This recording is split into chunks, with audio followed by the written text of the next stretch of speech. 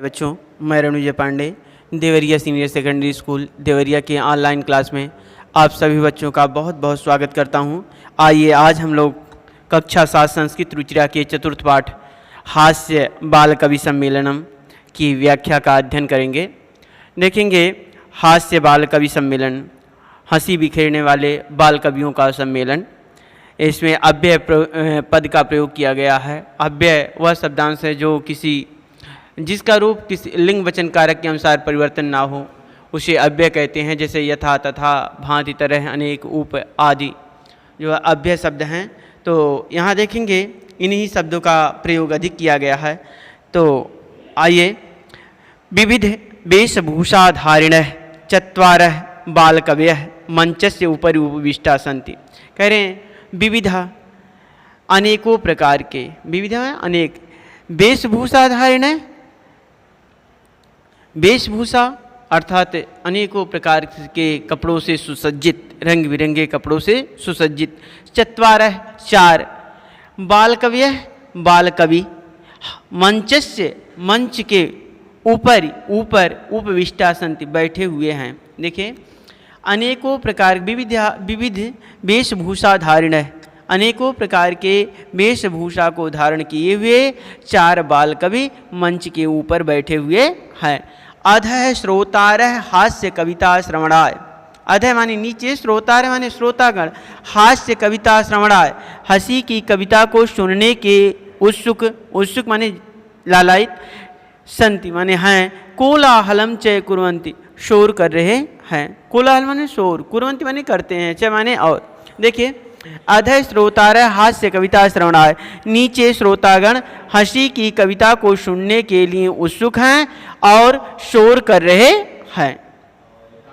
आगे देखिए संचालक है, संचालक महोदय, अलम कोलाहलेन शोर मत कीजिए, शोर मत कीजिए। क्या? अद्य परमम हर्षस्य अवसर है, आज बड़े ही खुशी का दिन है, खुशी का समय है। यत अस्मिन्नेव कवि सम्मेलने, जो इस कवि सम्मेलन में काव्यहंतारे, काव्य का नाश करने वाले, कालयापकाश्च समय को बर्बाद करने वाले, भारतस्य भारत के हास्य कवि धुरंधरा, हास्य कवि धुरंधरा कह रहे हैं कि श्रेष्ठ हास्य कवि आए हैं। तो देखेंगे संति समागता आए हुए, संति माने हैं। देखिए अद्य अलम कोलाहलेन शोर मत करें, अद्य परमम हर्षस्य अवसर है, आज बड़े ही प्रसन्नता या खुशी का समय है। यत अस्मिन्नेव, जो हमारे बीच में कवि सम्मेलन में काव्यहंतारे, काव्य का नाश करने वाले, कालयापकाश्च समय को बर्बाद करने वाले, भारत के श्रेष्ठ हास्य कवि आए हुए हैं। ये ही करतल ध्वनिना वयम एतेषां स्वागतम कुर्म। देखिए कह रहे हैं ये ही यहाँ इनका, आइए हम करतल ध्वनिना, हाथ की करतल ध्वनि माने ताली, आइए हम तालियों के द्वारा इनका स्वागत करें। ए करतल ध्वनिना वयम एतेषां स्वागतम कुरु, आइए हम लोग हाथ की ताली या ताली बजाकर वयम हम सब एतेषां इन लोगों का स्वागतम कुर्म स्वागत करें। आइए हम लोग तालियों के द्वारा इनका स्वागत करें। गजाधर सर्वेभ्यो अरस्केभ्यो नमो नमः। सभी गजाधर बोलते हैं। अब पहले कवि आते हैं, उठकर मंच पर खड़े होते हैं और बोलते हैं सर्वेभ्यो अरस्केभ्यो नमो नमः। पहले मैं सभी नीरस जनों को नमस्कार कहते हैं कि सर्वेभ्यो अरस्केभ्यो नमो नमः, सभी नीरस जनों को नमस्कार। प्रथमं तावद अहम आधुनिक वैद्यम उद्देश्य स्वकीयम काव्यम श्रावयामि। कहते हैं कि यहाँ भी जो है व्यंग किया गया, सर्वेभ्यो अरस्केभ्यो नमो नमः, यहाँ व्यंग किया गया है कि मतलब सभी नीरस जनों को मैं प्रणाम करता हूँ।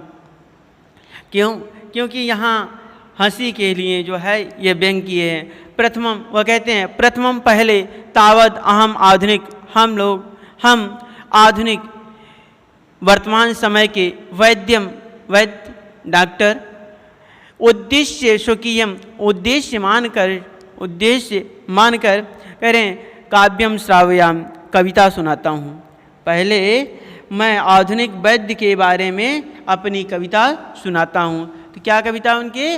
वैद्यराज नमस्तुभ्यम यमराज सहोदर। वैद्यराज नमस्तुभ्यम यमराज सहोदर। क्या कहते हैं कि यमस्तु हरित प्राणान वैद्यम वैद्य प्राणान धनंच। कहते हैं वैद्यराज, हे वैद्यराज, हे यमराज के सगे भाई सहोदर, मतलब सहोदर, एक माँ से जो बच्चे पैदा होते हैं उनको सहोदर कहा जाता है। वो आपस में भाई बहन जो होते हैं, भाई होते हैं, उनको सहोदर कहा जाता है। सहोदर एक ही पेट से पैदा हुए बच्चे सहोदर कहलाते हैं। तो ये कह रहे हैं, हे वैद्यराज, हे यमराज के सगे भाई, नमस्तुभ्यम, नमस्कार हो आपको मैं नमस्कार करता हूँ। क्यों? यमस्तु हरत प्राणान।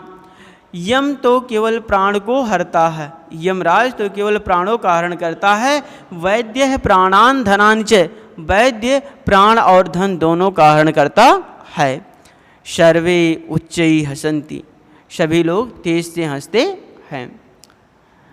कालांतक, अगला कवि कालांतक आता है। अरे वैद्यास्तु सर्वत्र परंतु नाते मादृशा कुशला जनसंख्या निवारणे मामपि काव्यम इदम श्रृण्वन्तु भवन्तः।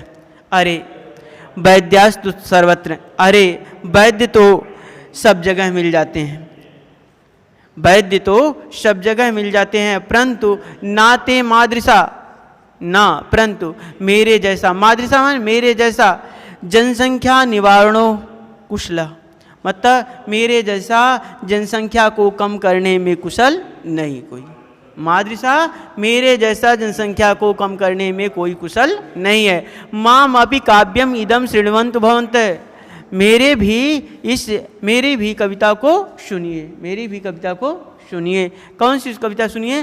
कह रहे चिताम प्रज्वलिता दृष्ट्वा, चिताम प्रज्वलिता दृष्ट्वा वैद्यो विस्मय आगता ना अहम गतो ना मे भ्राता कस्य इदम हस्तलाघवम, कस्येदम हस्तलाघवम। देखिए कह रहे हैं चिताम प्रज्वलिता, माने चिता माने जहाँ मुर्दे को जलाया जाता है उसको चिता कहते हैं। प्रज्वलिता माने जलती हुई देखकर, दृष्टवा माने देखकर, वैद्य माने डॉक्टर, वह डॉक्टर वैद्य विस्मय आगता, आश्चर्य में आ गया, आश्चर्य में आ गया। क्या, क्यों आश्चर्य में आ गया? ना अहम गतो, ना मैं गया, ना मैं भ्राता और ना मेरा भाई, अर्थात वैद्य का भाई कौन है? यमराज है। तो कह रहे थे ना मैं गया और ना मेरा भाई, कस्येदम हस्तलाघवम, किसके हाथ की कला है।